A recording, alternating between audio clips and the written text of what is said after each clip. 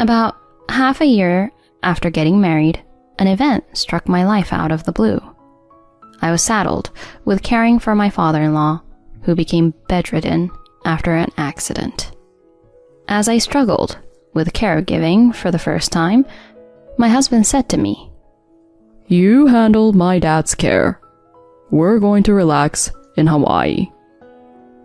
He and my mother-in-law left for Hawaii, leaving me behind. But they were unaware of the tragedy their decision would later cause. My name is Adeline. I'm 30 years old. I've always loved cooking, so after college, I joined a major restaurant chain. 8 years in, I'm now in charge of developing new products in the planning department. I met Will, who would later become my husband, 2 years ago. I happened to go to my favorite bar alone, and since it was full, I was seated at the counter next to Will. We struck up a conversation through the bar's owner and found out we were the same age. Our chat quickly blossomed, and we ended up exchanging contact information. Since then, Will would regularly ask me out for meals, and we started dating. I found myself drawn to his bright and funny personality, and it seemed he felt the same. Our relationship naturally progressed, and after dating for a year, we tied the knot 6 months ago. Currently, we're enjoying newlywed life in an apartment halfway between our workplaces. Both of us working means sometimes skimping on housework, but he always said with a smile, "Don't worry about the housework being perfect.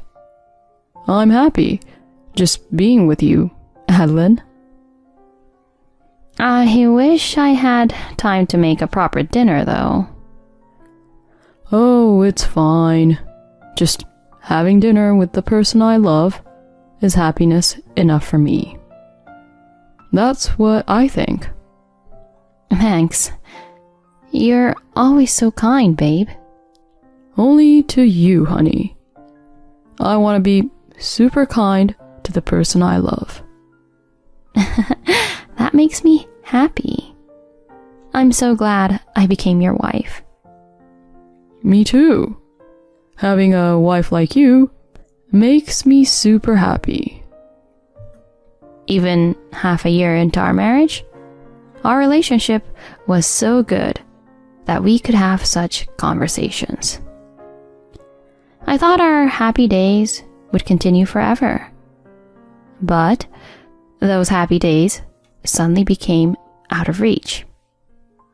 One day, when I came home from work, Will was already in the living room. Usually, whoever gets home first would greet the other. But the atmosphere was strangely heavy that day.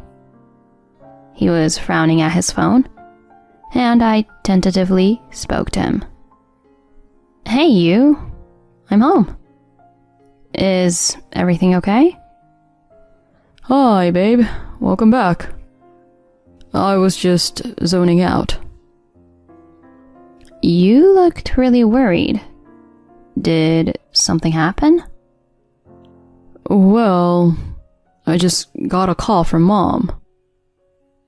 From your mother? "Dad had an accident."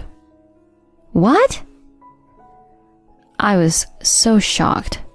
I couldn't quite process his words. But we couldn't just sit around at home. I held his hand and said,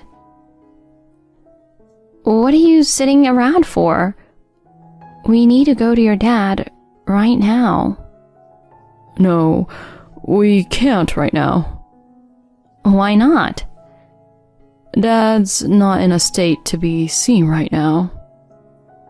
You mean his condition is really bad? "Yeah, Mom says she'll stay with him until he settles down. So we don't need to go." Oh. His words let me know there was nothing I could do at the moment. I let go of his hand and sat down on the sofa as well.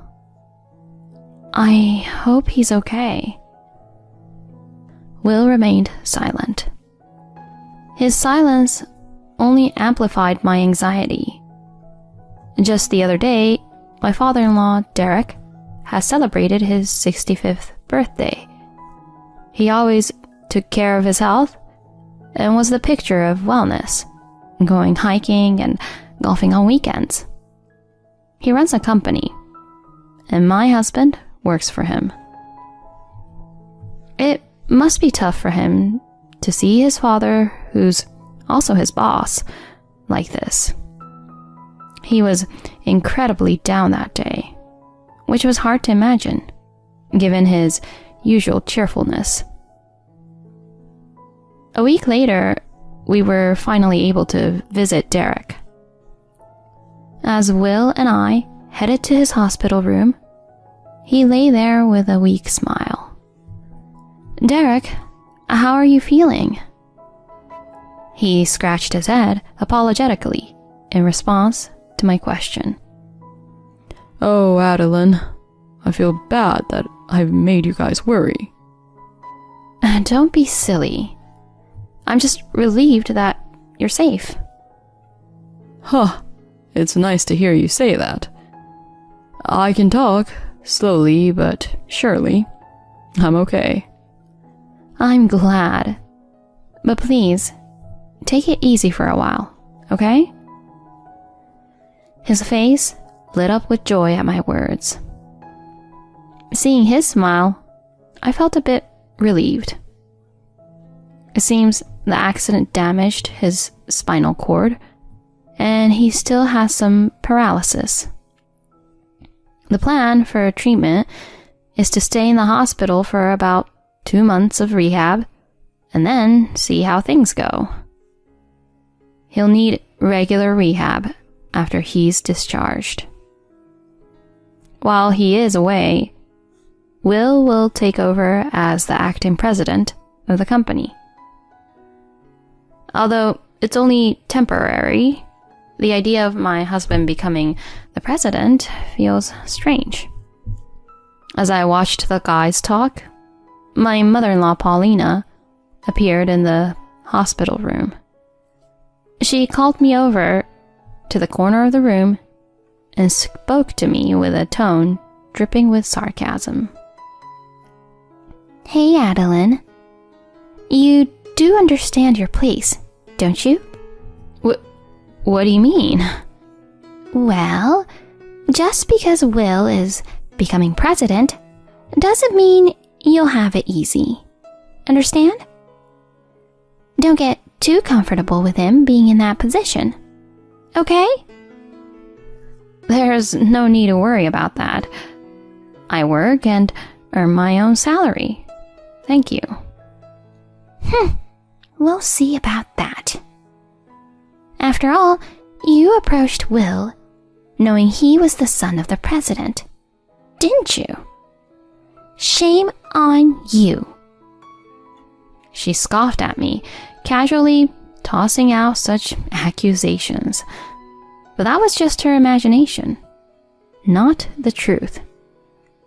I found out Will was the president's son well after we started dating. From the beginning of our marriage, Paulina has consistently treated me with this kind of disdain. I didn't want to be disliked based on a misunderstanding, so I corrected her on the spot. "Paulina, I didn't approach him for his money. I fell for him because of who he is as a person." "Sure. Like I believe anything that comes out of your mouth." "I'm telling you the truth. You got the whole thing wrong." "Whatever. No matter what you say, I will never approve of you." "How could you say that?" Perhaps, noticing our conversation, Derek asked, "What's going on?" She dismissed it with a "nothing" and glared at me. It was clear from her behavior that she doted on Will. She probably sees me as a gold digger who got close to her son for his money after just a year of dating. She has been cold to me since we went to greet her for her marriage. But to think she would speak to me like this, even with her husband in this condition? To complicate matters, my husband is also very fond of his mother. A few days later, he suddenly said something unexpected. Adeline, Dad's probably going to be discharged from the hospital in 2 months. That's when we're moving back to my folks' place. Wait a minute. Why all of a sudden? Mom suggested it. She said it's about time we all live together. Come on, you know it would be tough on Dad if Mom's by herself, right? Yeah, but springing this on me all of a sudden is a bit much. What are you talking about? We should be grateful. Mom's offering for us all to be together. I struggled to find the words to express what he meant by grateful. I stood there, perplexed, while he firmly stated his case. Anyway, it's already been decided. Start packing so we're ready to move in together. Hold on. If we move to your family's place, our commute will become a hassle.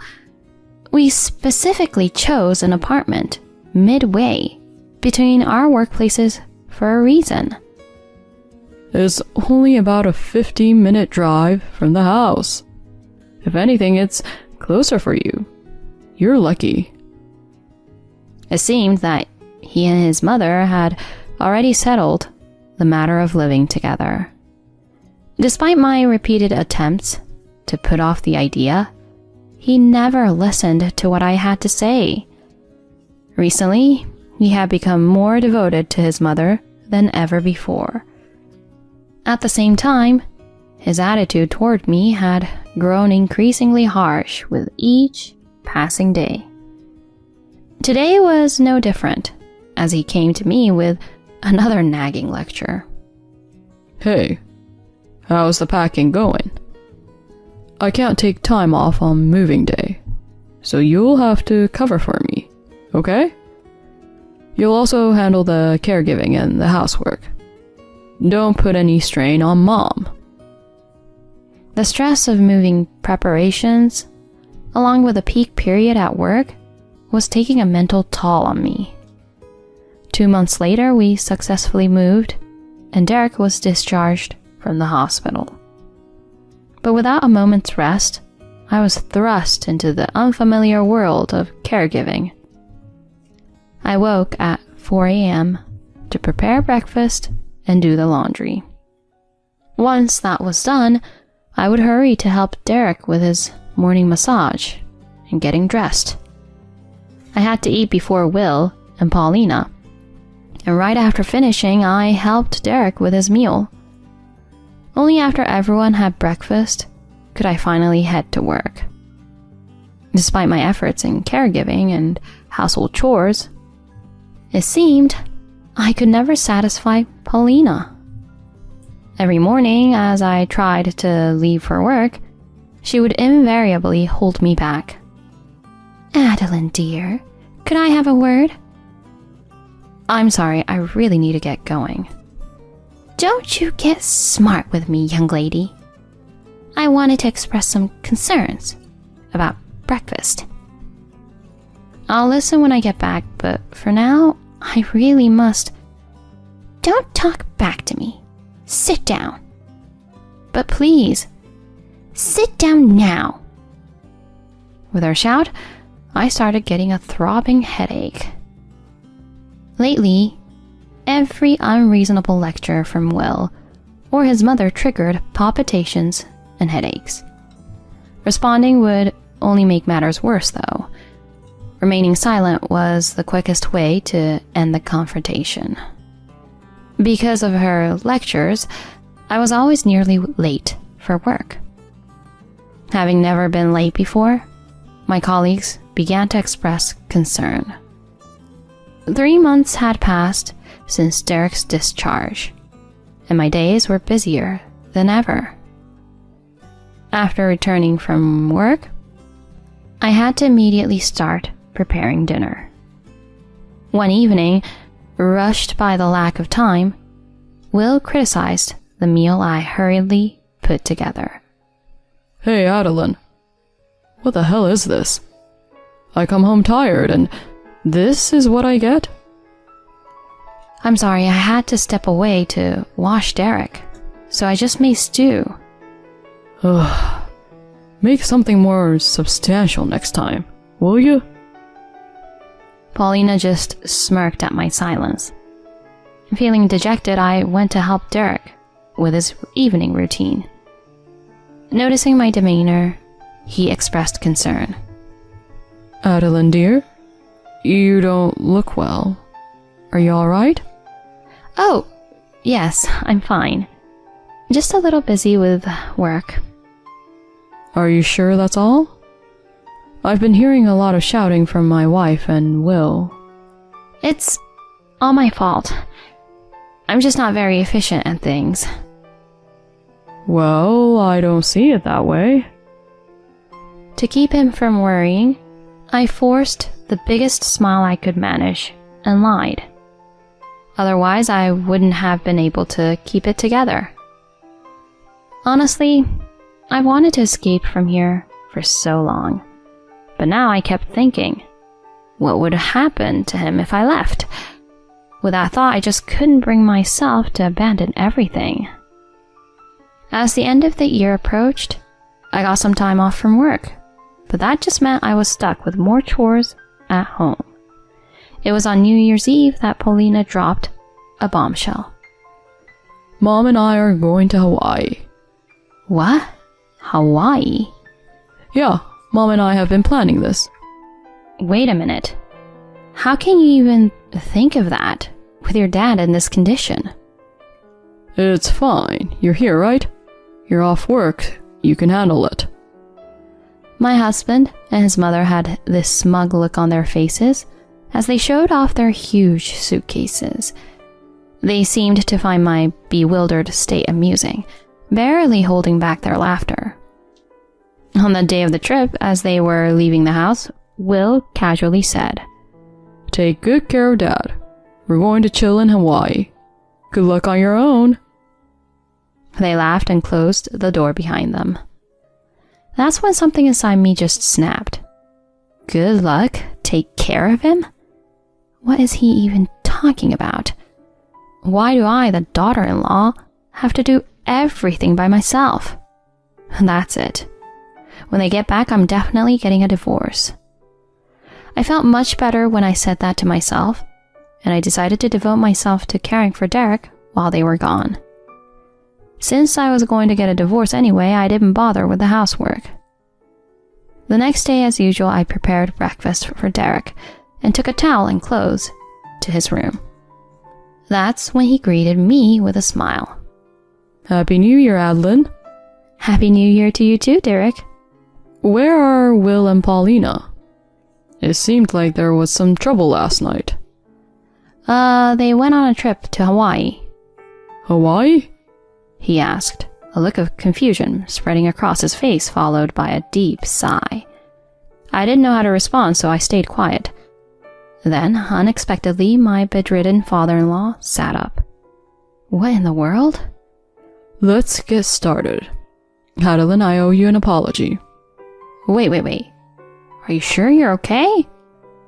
I've been able to get up by myself for a few days now. I was just waiting for the right time to show everyone. I never thought those two would give me such a perfect opportunity. What do you mean? Then he started to explain with a sly grin. Apparently he had been trying to do something about the situation where I was the only one being overworked. He'd asked his wife and son for help, but they completely ignored him.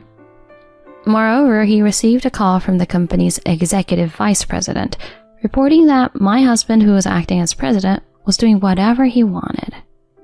It seemed likely that they used company funds for their trip. So, Derek got in touch with people at the company and had them monitor my husband's actions. It turned out that his work attitude was lazy, and the employees were all angry. Derek was planning to return as president after the new year, and my husband was going to be demoted back to a regular employee. But after this incident, Derek decided to fire him. Regarding the house, it was actually in my father-in-law's name. He'd made plans to change the locks while they were away, so when they returned, they wouldn't be able to get in.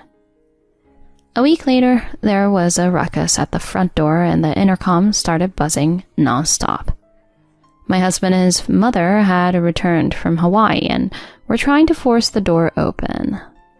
I responded to them through the intercom monitor. "Welcome back. How was the trip?" Adeline, you're home? I can't get the door open. Open it quick. "Sorry, but I can't. Your father told me not to let you in." What? What are you talking about? "So, did you guys have a good time on that trip, funded by the company's money?" What? How did you... Will, with a look on his face that screamed, How do you know about that? left me unable to help but burst into laughter as I watched their expressions on the monitor. Just then, Derek, who had been listening in, chimed in. Aha, just as I thought. You did use the company's money, didn't you? Dad? I thought you couldn't get up. Thanks to Adeline, I've been getting help with my rehab from Adeline every day. I've been able to get up for a few days now. I've also heard about your terrible behavior at the company from the executive director. The executive director? You're kidding, right? No, that's not true, Dad. I didn't. You didn't what? You're incompetent, and you're fired. Pack your stuff and leave the company now. Will started to plead with tears in his eyes, visible through the monitor. Adeline, honey, you wouldn't abandon me, right? To his pleading, I stated firmly, "Are you kidding me? Do you have any idea how I've felt since the day you decided we would move in here? You and your mother took me for granted, pushing his care onto me. Do you understand how hard that was for me?" Calm down, Adeline. I'm sorry, I'll apologize. Your apologies are worthless. It became clear to me when you all left for that trip. Being a family with you is just a waste of time. I'm going to live on my own. I've had it with a mama's boy like you. At my words, he stumbled backward, but his mother supported him immediately. The scene was a pitiful display of a mother and son. They kept screaming, "Open the door," but Derek never responded to their pleas. With the help of the lawyer contracted by Derek's company, our divorce was finalized. Since then, I haven't seen them. Rumor has it the mother and son duo both are unemployed and unable to rent a place, living in cheap motels and picking up day labor. It's a far cry from their previous lives, but well-deserved punishment, if you ask me. After the divorce was finalized, Derek said to me, "I'll hire a housekeeper, so go live your life." Taking him up on his offer, I moved closer to my workplace. Now I spend my days comfortably and fulfilled. I can never thank my father-in-law enough for saving me. Somehow, someday, I intend to repay this kindness.